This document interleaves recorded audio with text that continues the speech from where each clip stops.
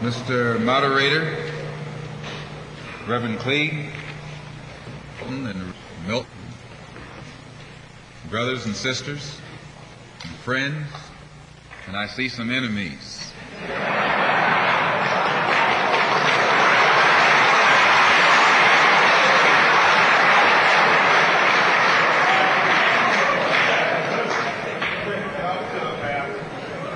In fact, I think we'd be fooling ourselves if we had an audience this large and didn't realize that there were some enemies present. This afternoon, we want to talk about the ballot or the bullet. The ballot or the bullet explains itself. But before we get into it, since this is the year of the ballot or the bullet, I would like to clarify some things that refer to me personally concerning my own personal position. I'm still a Muslim. That is, my religion is still Islam.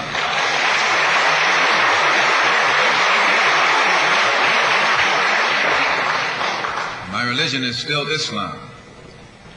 I still credit Mr. Muhammad for what I know and what I am. He's the one who opened my eyes. And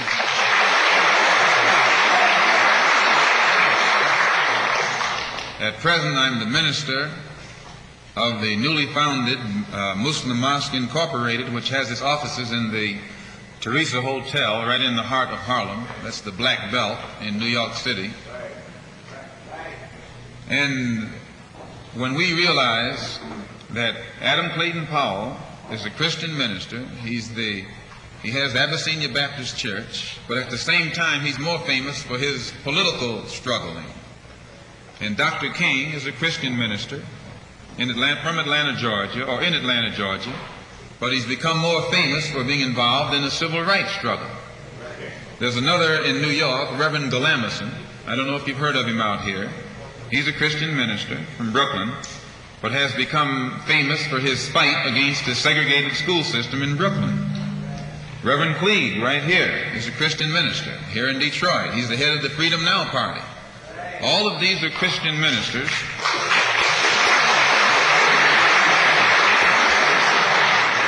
All of these are Christian ministers, but they don't come to us as Christian ministers. They come to us as fighters in some other category. I'm a Muslim minister. The same as they are Christian ministers, I'm a Muslim minister. And I don't believe in fighting today in any one front, but on all fronts.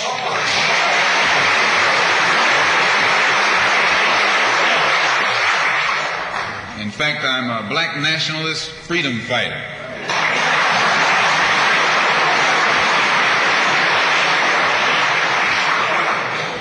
Islam is my religion, but I believe my religion is my personal business.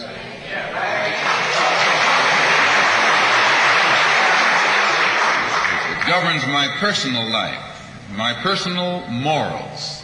And my religious philosophy is personal between me and the God in whom I believe, just as the religious philosophy of these others is between them and the God in whom they believe. And this is best this way. Were we to come out here discussing religion, we'd have too many differences from the outstart, and we could never get together. So today, though Islam is my religious philosophy, my political, economic, and social philosophy is black nationalism. You and I,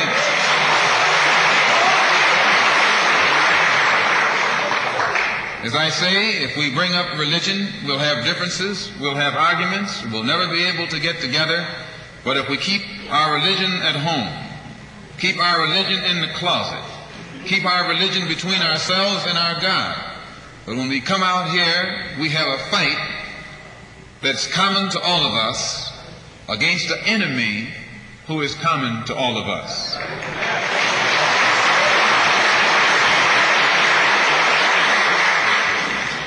The political philosophy of black nationalism only means that the black man should control the politics and the politicians in his own community.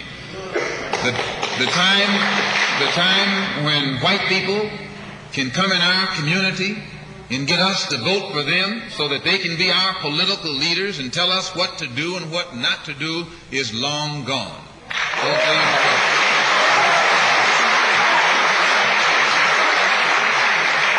By the same token, the time when that same white man, knowing that your eyes are too far open, can send another Negro into the community, get you and me to support him so he can use him to lead us astray, those days are long gone.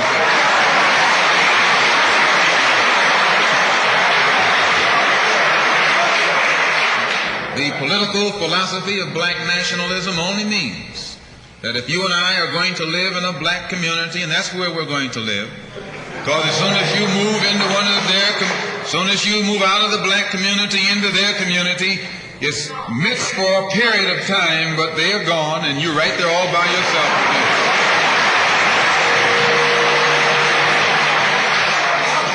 We must understand the politics of our community, and we must know what politics is supposed to produce. We must know what part politics play in our lives. And until we become politically mature, we will always be misled, led astray, or deceived or maneuvered into supporting someone politically who doesn't have the good of our community at heart. So the political philosophy of black nationalism only means that we will have to carry on a political program of re-education to open our people's eyes, make us become more politically conscious, politically mature.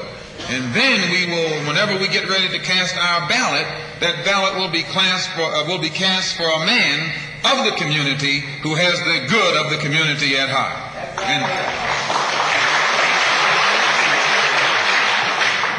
the economic philosophy of black nationalism only means that we should own and operate and control the economy of our community. You can't open up a black store in a white community. White man won't even patronize you. And he's not wrong. He got sense enough to look out for himself. And you who don't have sense enough to look out for yourself.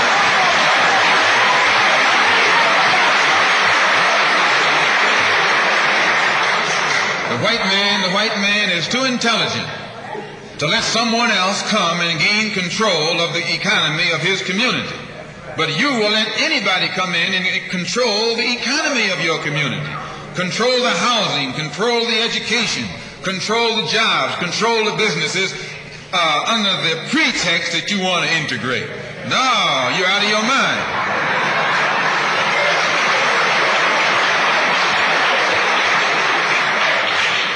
The economic philosophy of black nationalism only means that we have to become involved in a program of re-education to educate our people into the importance of knowing that when you spend your dollar out of the community in which you live, the community in which you spend your money becomes richer and richer. The community out of which you take your money becomes poorer and poorer. And because these Negroes who have been misled, misguided, are breaking their necks to take their money and spend it with the man. The man is becoming richer and richer, and you're becoming poorer and poorer. And then what happens? The community in which you live becomes a slum. It becomes a ghetto. The conditions become run down. And then you have the audacity to complain about poor housing in a run-down community.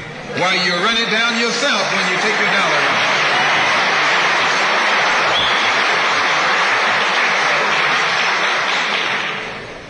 And you and I are in a double trap, because not only do we lose by taking our money someplace else and spending it, when we try and spend it in our own community, we're trapped because we haven't had sense enough to set up stores and control the businesses of our community. The man who's controlling the stores in our community is a man who doesn't look like we do. He's a man who doesn't even live in the community. So you and I, even when we try and spend our money in the block where we live or the area where we live, we're spending it with a man who, when the sun goes down, takes that basket full of money in another part of the town.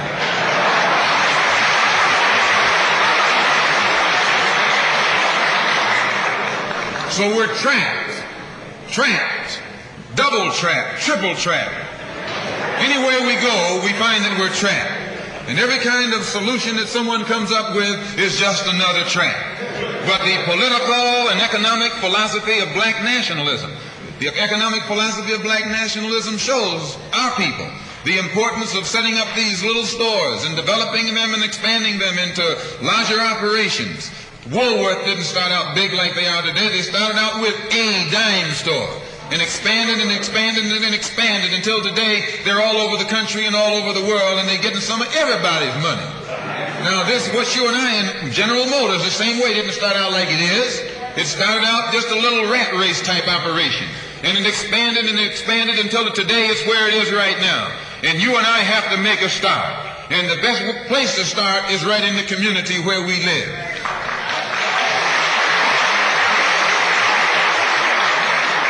So our people not only have to be re-educated to the importance of supporting black business, but the black man himself has to be made aware of the importance of going into business. And once you and I go into business, we own and operate at least the businesses in our community. What we will be doing is developing a situation wherein we will actually be able to create employment for the people in the community. And once you can create some employment in the community where you live, it will eliminate the necessity of you and me having to act ignorantly and disgracefully, boycotting and picketing some cracker someplace else, trying to beg him for a job.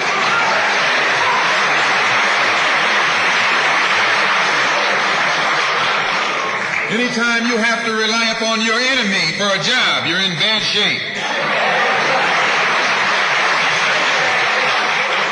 And he is your enemy. Anything, you wouldn't be in this country if some enemy hadn't kidnapped you and brought you here.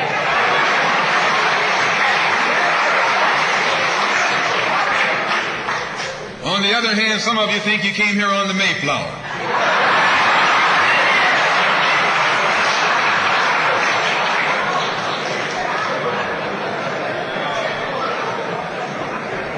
So as you can see, brothers and sisters, today, this afternoon, it's not our intention to discuss religion. We're going to forget religion. If we bring up religion, we'll be in an argument. And the best way to keep away from arguments and differences, as I said earlier, put your religion at home, in the closet. Keep it between you and your God. Because if it hasn't done anything more for you than it has, you need to forget it anyway.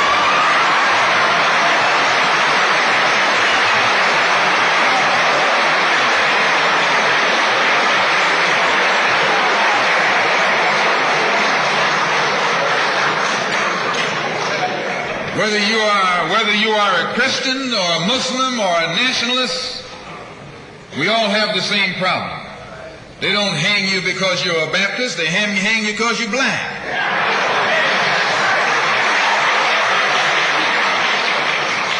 They don't attack me because I'm a Muslim, they attack me because I'm black. They attack all of us for the same reason.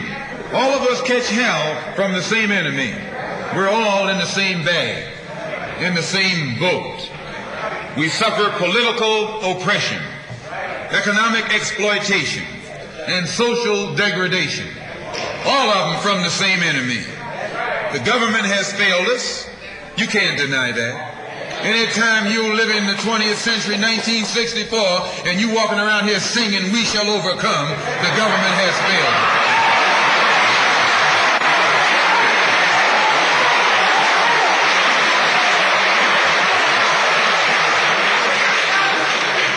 This is part of what's wrong with you. You do too much singing.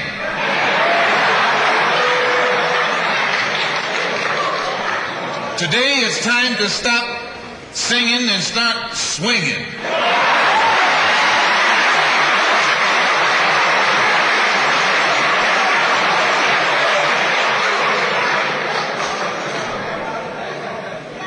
You can't sing up on freedom, but you can swing up on some freedom.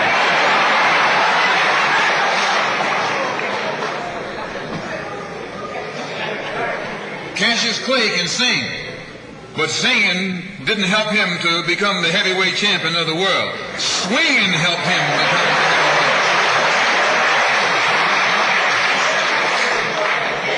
So this government has failed us. The government itself has failed us. And the white liberals who have been posing as our friends have failed us.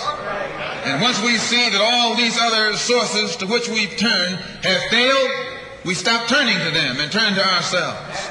We need a self-help program, a do-it-yourself philosophy, a do-it-right-now philosophy. It's already too late philosophy. This is what you and I need to get with. And the only way we're going to solve our problem is with a self-help program. Before we can get a self-help program started, we have to have a self-help philosophy. Black nationalism is a self-help philosophy. What's so good about it, you can stay right in the church where you are and still take black nationalism as your philosophy. You can stay in any kind of civic organization that you belong to and still take black nationalism as your philosophy. You can be an atheist and still take black nationalism as your philosophy. This is a philosophy that eliminates the necessity for division and argument. Because if you're black, you should be thinking black. And if you're black and you're not thinking black at this late date, well, I'm sorry for you.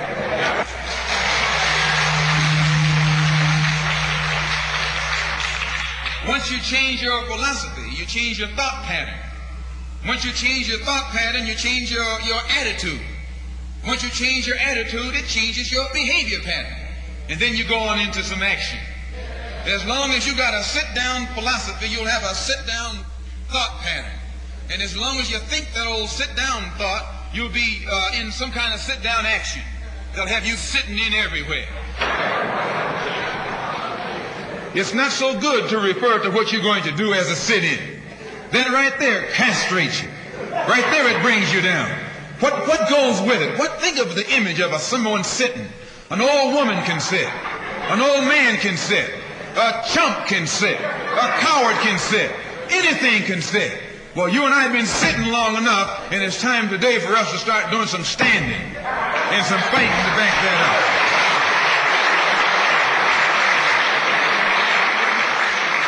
When we look at other parts of this earth upon which we live, we find that black, brown, red, and yellow people in Africa and Asia are getting their independence. They're not getting it by singing, "We shall overcome." No, they're getting it through nationalism. It is nationalism that brought about the independence of the people in Asia. Every nation in Asia gained its independence through the philosophy of nationalism. Every nation on the African continent that has gotten its independence brought it about through the philosophy of nationalism. And it will take black nationalism to bring about the freedom of 22 million Afro-Americans here in this country where we have suffered colonialism for the past 400 years.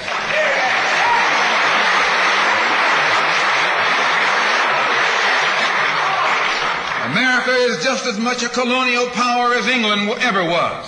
America is just as much a colonial power as France ever was. In fact, America is more so a colonial power than they, because she's a hypocritical colonial power behind it.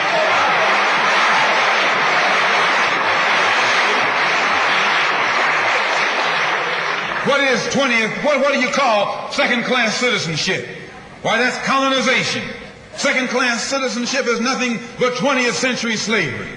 How are you going to tell me you're a second-class citizen? They don't have second-class citizenship in any other government on this earth. They just have slaves and people who are free. Well, this country is a hypocrite. They try and make you think they set you free by calling you a second-class citizen. No, you're nothing but a 20th century slave.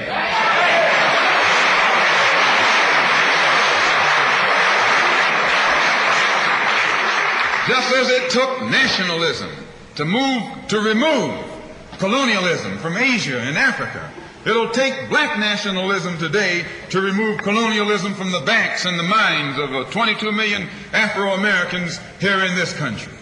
And 1964 looks like it might be the year of the ballot or the bullet.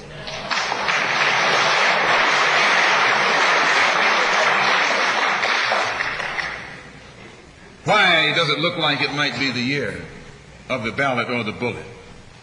Because Negroes have listened to the trickery and the lies and the false promises of the white man now for too long. And they're fed up. They've become disenchanted. They've become disillusioned. They've become dissatisfied. And all of this has built up frustrations in the black community that makes the black community throughout America today more explosive than all of the atomic bombs the Russians can ever invent. Whenever you got a racial powder keg sitting in your lap, you're in more trouble than if you had an atomic powder keg sitting in your lap.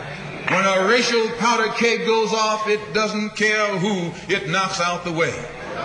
Understand this, it's dangerous. And in 1964, this seems to be the year.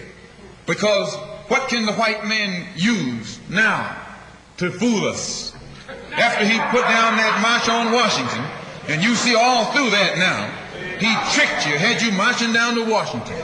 Yes, had you marching back and forth between the feet of a dead man named Lincoln and another dead man named George Washington, singing "We Shall Overcome."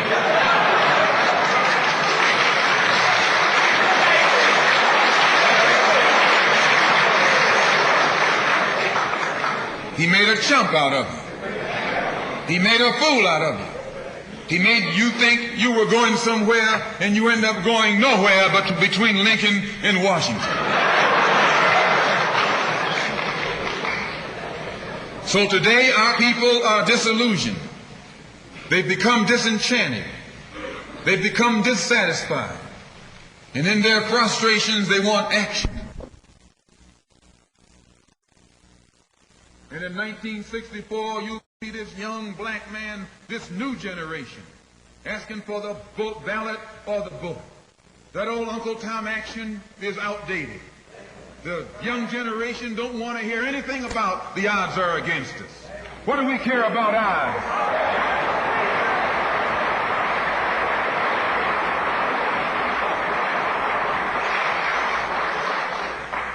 When this country here was first being founded, there were 13 colonies. The whites were colonized. They were fed up with this taxation without representation. So some of them stood up and said, liberty or death.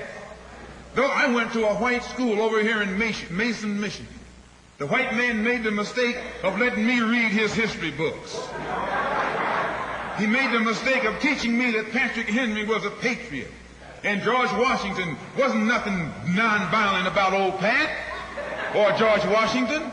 Liberty or death was what brought about the freedom of whites in this country from the English.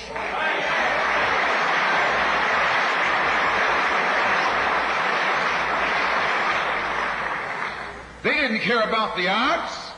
Why, they faced the wrath of the entire British Empire. And in those days, they used to say that the British Empire was so vast and so powerful when the sun would never set on it. This is how big it was. Yet these 13 little scrawny states, tired of taxation without representation, tired of being exploited and oppressed and degraded, told that big British Empire, liberty or death. And here you have 22 million Afro-American black people today catching more hell than Patrick Henry ever saw.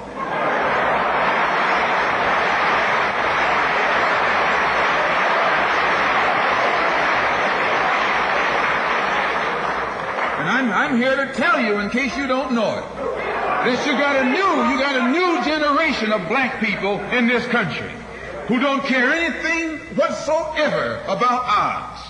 They don't want to hear you old Uncle Tom handkerchief heads talking about the odds. No.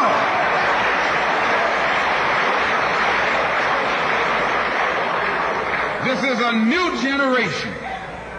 If they're going to draft these young black men and send them over to Korea or South Vietnam to face 800 million Chinese,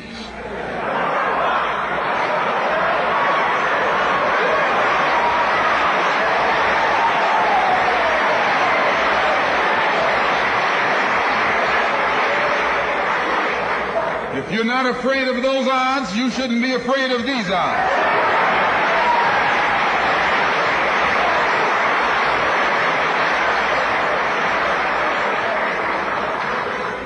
Why does this loom to be such an explosive political year? Because this is the year of politics. This is the year when all of the white politicians are going to come into the Negro community. You never see them until election time. You can't find them until election time. They're going to come in with false promises. And as they make these false promises, they're going to feed our frustrations. And this will only serve to make matters worse. I'm no politician. I'm not even a student of politics. I'm not a Republican, nor a Democrat, nor an American, and got sense enough to know it.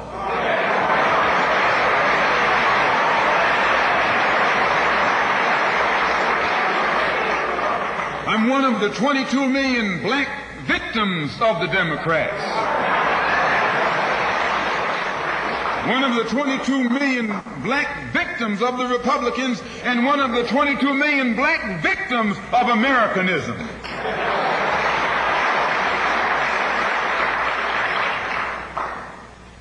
And when I speak, I don't speak as a Democrat or a Republican, nor an American. I speak as a victim of America's so-called democracy.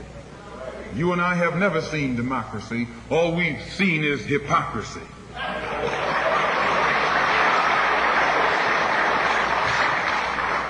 When we open our eyes today and look around America, we see America not through the eyes of someone who has enjoyed the fruits of Americanism. We see America through the eyes of someone who has been the victim of Americanism. We don't see any American dream. We've experienced only the American nightmare. We haven't benefited from America's democracy. We've only suffered from America's hypocrisy. And the generation that's coming up now can see it and are not afraid to say it. If you go to jail, so what? If you're black, you were born in jail.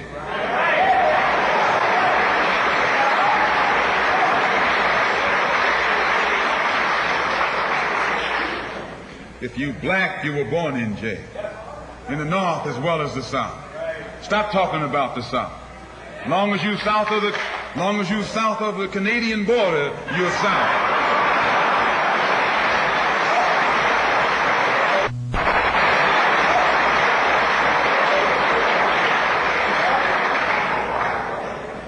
Don't call Governor Wallace a Dixie governor. Romney is a Dixie governor.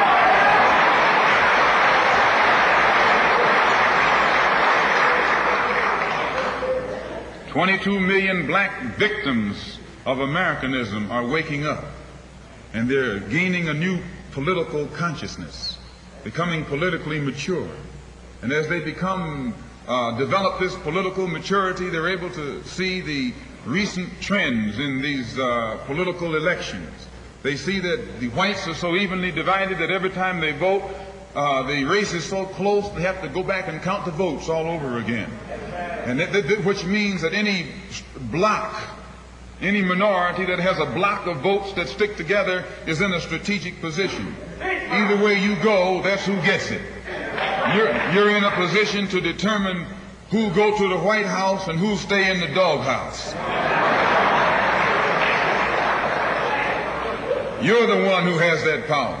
You can keep Johnson in Washington, D.C., or you can send him back to his Texas cotton patch.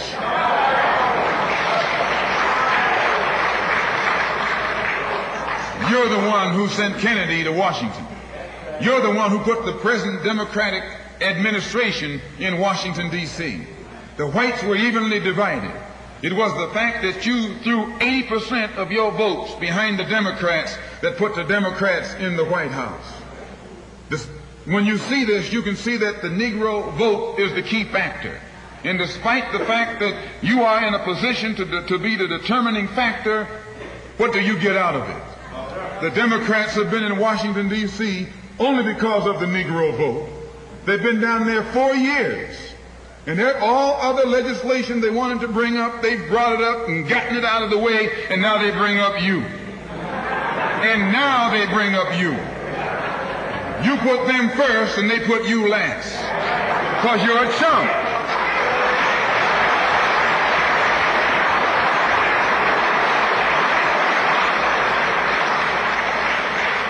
A political chump. In Washington, D.C., in the House of Representatives, there are 257 who are Democrats. Only 177 are Republicans. In the Senate, there are 67 Democrats.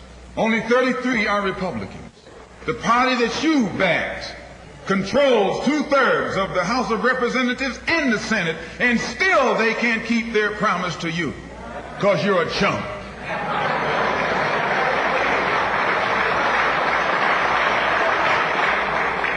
Anytime you throw your weight behind a political party that controls 2/3 of the government, and that party can't keep the promise that it made to you during election time, and you're dumb enough to walk around continuing to identify yourself with that party, you're not only a chump, but you're a traitor to your race.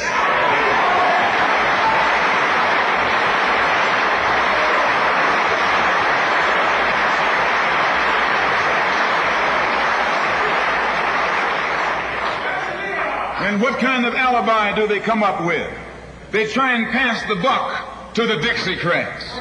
Now, back during the days when you were blind, deaf, and dumb, ignorant, politically immature, naturally you went along with that. But today, as your eyes come open and you develop political maturity, you're able to see and think for yourself. And you can see that a Dixiecrat is nothing but a Democrat in disguise.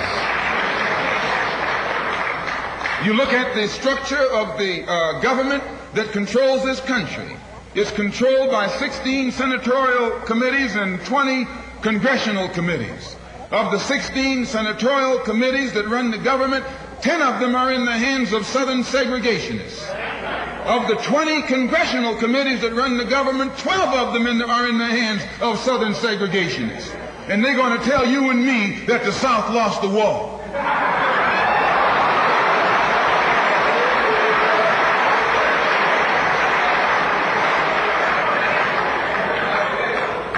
Today are in the hands of a government of segregationists, racists, white supremacists, who belong to the Democratic Party but disguise themselves as Dixiecrats.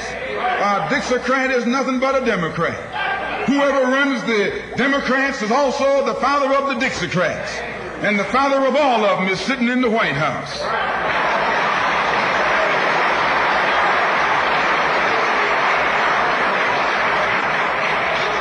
I say, and I say it again, you got a president who's nothing but a Southern segregationist.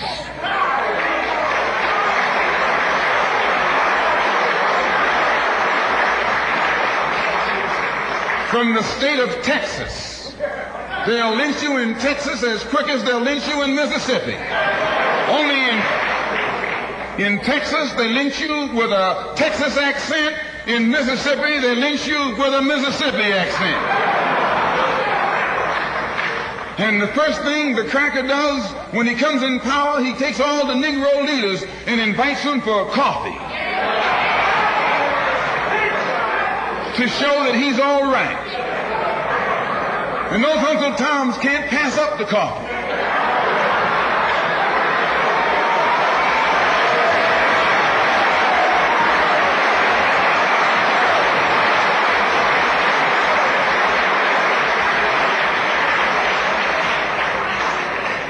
They come away from the coffee table telling you and me that this man is all right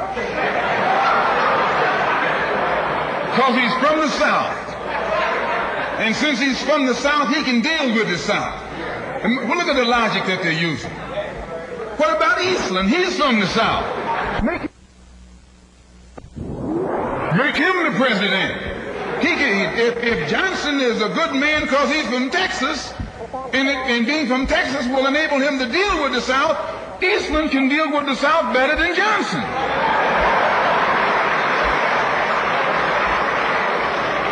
Oh, I say, you've been misled. You've been had. You've been took.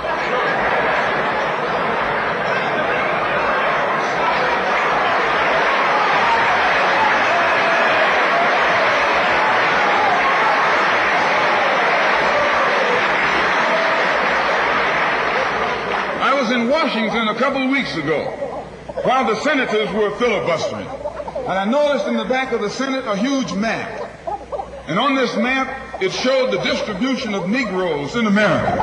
And surprisingly, the same senators that were involved in the filibuster were from the states where there were the most Negroes. Why were they filibustering the civil rights legislation? Because the civil rights legislation is supposed to guarantee voting rights to Negroes in those states.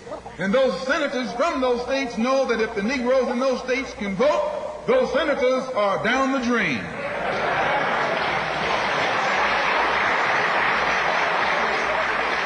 The representatives of those states go down the drain.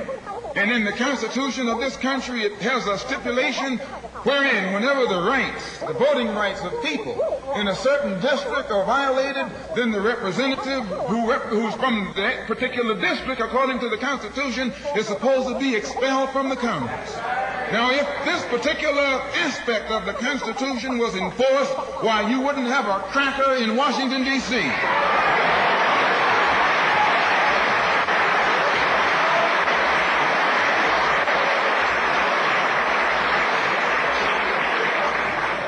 But what would happen when you expel the Dixiecrat? You're expelling the Democrat.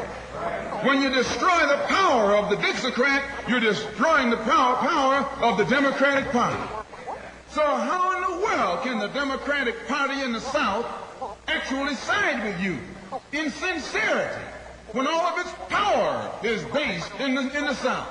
These Northern Democrats are in cahoots with the Southern Democrats.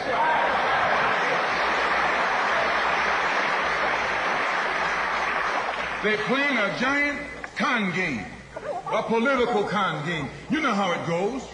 One of them comes to you and make believe he's for you. And he's in cahoots with the other one that's not for you. Why? Because neither one of them is for you. But they got to make you go with one of them or the other. So this is a con game. And this is what they've been doing with you and me all these years. First thing Johnson got off the plane when he became president, he asked, "Where's Dickie?" You know who Dickie is? Dickie is old Southern cracker Richard Russell. Look here. Yes.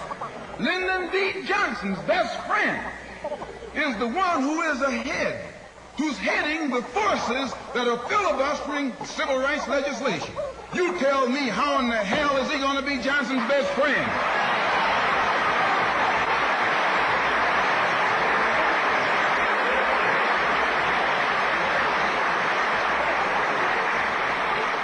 How can Johnson be his friend and your friend too? No, that man is too tricky, especially if his friend is still old Dickie.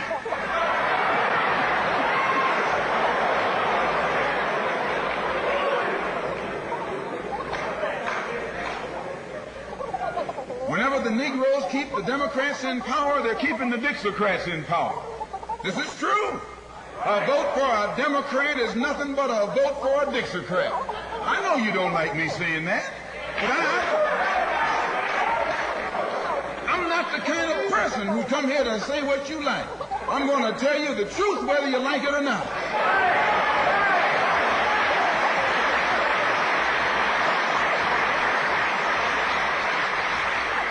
Up here in the North, you have the same thing. The Democratic Party don't do it. They don't do it that way. They got a thing that they call gerrymandering. They maneuver you out of power. Even though you can vote, they fix it so you're voting for nobody. They got you going and coming. In the South, they're outright political wolves. In the North, they're political foxes. A fox and a wolf are both canine. Both belong to the dog family.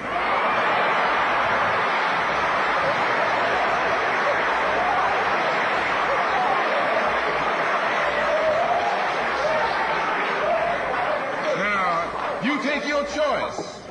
You're going to choose a northern dog or a southern dog. Because either dog you choose, I guarantee you, you'll still be in the doghouse. This is why I say it's the ballot or the bullet. It's liberty or it's death. It's freedom for everybody or freedom for nobody.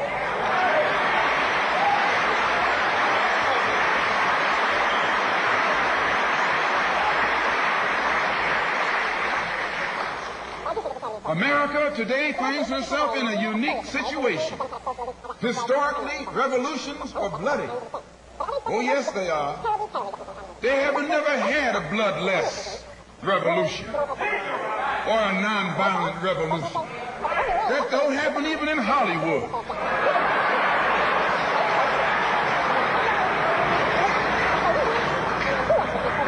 You don't have a revolution in which you love your enemy. And you don't have a revolution in which you are begging the system of exploitation to integrate you into it. Revolutions overturn systems. Revolutions destroy systems. A revolution is bloody. But America is in a unique position. She's the only country in history in a position actually to become involved in a bloodless revolution. The Russian Revolution was bloody. Chinese Revolution was bloody. French Revolution was bloody. Cuban Revolution was bloody. And there was nothing more bloody than the American Revolution. But today, this country can become involved in a revolution that won't take bloodshed. All she's got to do is give the black man in this country everything that's due him. Everything.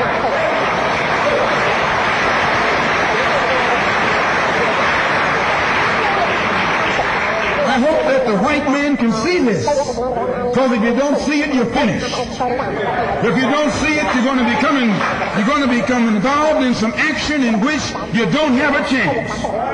We don't care anything about your atomic bomb. It's useless. Because other countries have atomic bombs. When 2 or 3 different countries have atomic bombs, nobody can use it. So it means that the white man today is without a weapon. If you want some action, you got to come on down to earth. And there's more black people on earth than there are white people on earth.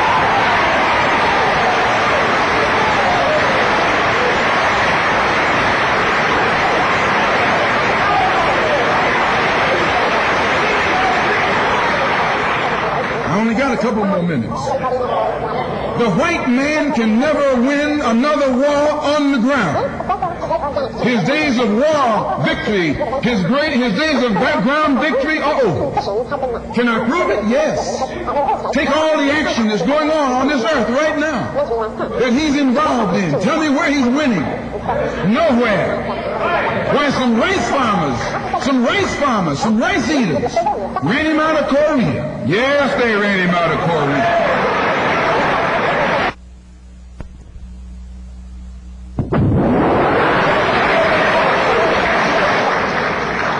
Rice eaters with nothing but gym shoes and a rifle and a bowl of rice.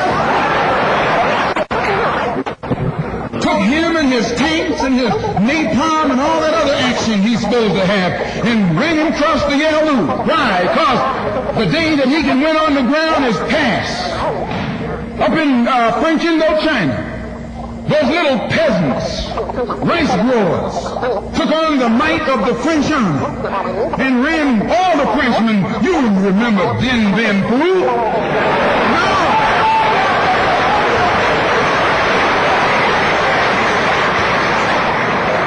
The same thing happened in Algeria, in Africa. They didn't have anything but a rifle. The French had all these highly mechanized instruments of warfare, but they put some guerrilla action on them. And a white man can't fight a guerrilla warfare. Guerrilla action takes heart, takes nerve, and he doesn't have that.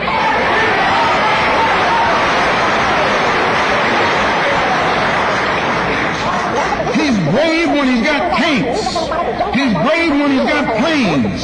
He's brave when he's got bombs. He's brave when he got a whole lot of company along with him.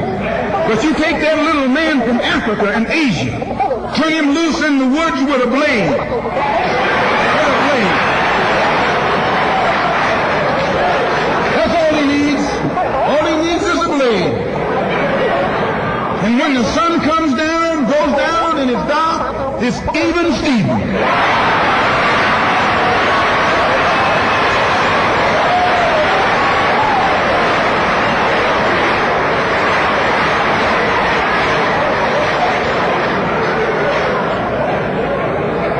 So it's the ballot or the bullet. Today our people people can see that we're faced with a government conspiracy. This government has failed us. The senators who are filibustering concerning your and my rights, that's the government. Don't say it's Southern senators. This is the government. This is a government filibuster. It's not a segregationist filibuster. It's a government filibuster. Any kind of activity that takes place on the floor of the Congress or the Senate, that's the government. Any kind of dilly-dallying, that's the government. Any kind of pussyfooting, that's the government. Any kind of act that's designed to delay or deprive you and me right now of getting full rights, that's the government that's responsible. And anytime you find the government involved in a conspiracy to violate the citizenship or the civil rights of a people in 1964, then you are wasting your time going to that government expecting redress. Instead, you have to take that government to the World Court and accuse it of genocide and all of the other crimes that it is guilty of today.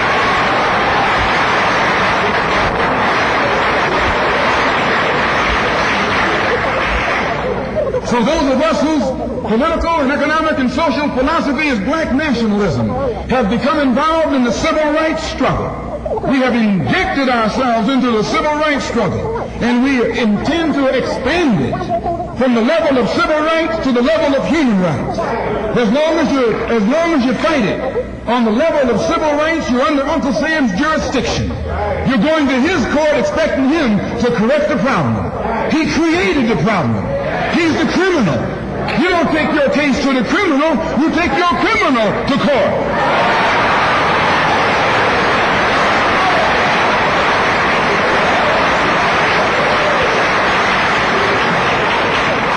When the government of South Africa began to trample upon the human rights of the people of South Africa, they were taken to the UN. When the government of Portugal began to trample upon the rights of our brothers and sisters in Angola, it was taken before the UN. Well, even the white man took the Hungarian question to the UN, and just this week, Chief Justice Goldberg was crying over 3 million Jews in Russia about their human rights, charging Russia with violating the UN Charter because of its mistreatment of the human rights of Jews in Russia.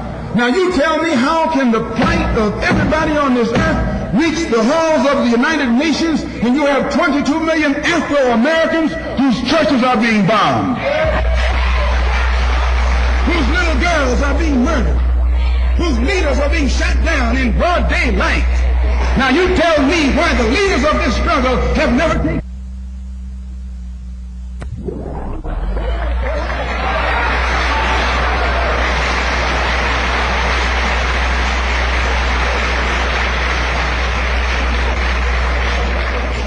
So our next move is to take the entire civil rights struggle problem into the United Nations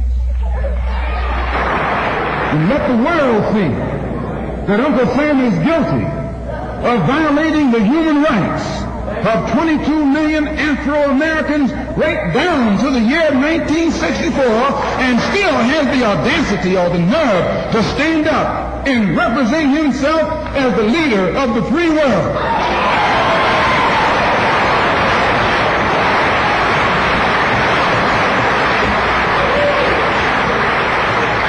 Not only is he a crook, he's a hypocrite. Here he is standing up in front of other people, Uncle Sam, with the blood of your and my mothers and fathers on his hands, with the blood dripping down his jaws like a bloody-jawed wolf, and still got the nerve to point his finger at other countries. In 1964, you can't even get civil rights legislation. And this man has got the nerve to stand up and talk about South Africa, or talk about Nazi Germany, or talk about Portugal. No more days like those.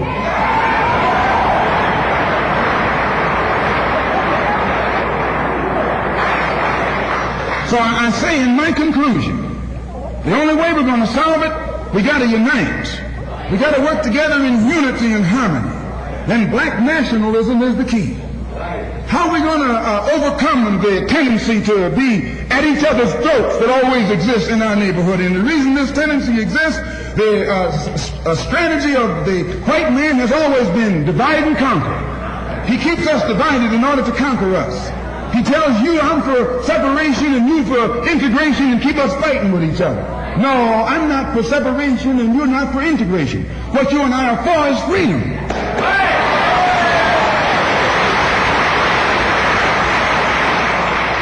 Only you think that integration will get you freedom. I think separation will get me freedom.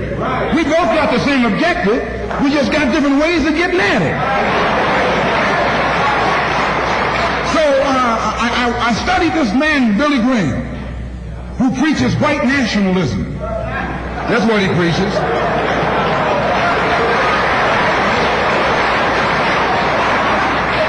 I say that's what he preaches. The whole church structure in this country is white nationalism. You go inside a white church, that's what they're preaching, white nationalism. They got Jesus white, Mary white, God white, everybody white. That's white nationalism.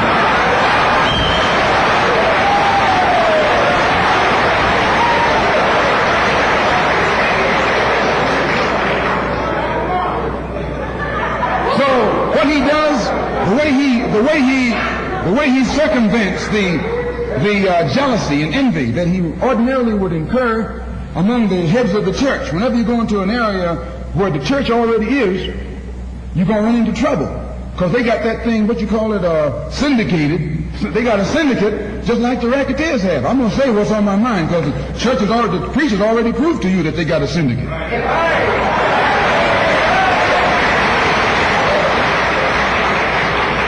And when you're out in the rackets, whenever you get in another man's territory, you know, they gang up on you. And that's the same way with you. You run into the same thing. So how Billy Graham gets around that, instead of going into somebody else's territory like he's going to start a new church, he doesn't try and start a church. He just goes in preaching Christ. And he says everybody who believes in him, you go wherever you find him. So this helps all the churches, and so since it helps all the churches, they don't fight him.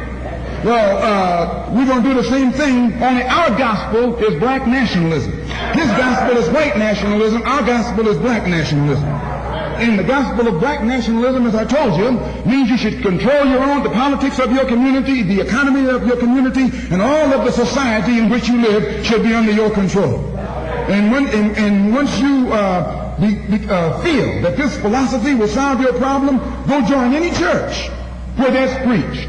Don't join a church where white nationalism is preached. Now you can go to a Negro church and be exposed to white nationalism. Because when you walk in a Negro church and you see a white Jesus and a white Mary and some white angels, that Negro church is preaching white nationalism.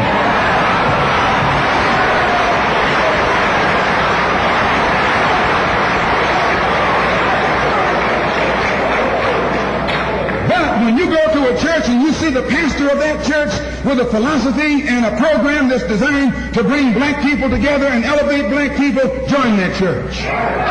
Join that church. If you see where the NAACP is preaching and practicing that which is designed to make black nationalism materialize, join NAACP.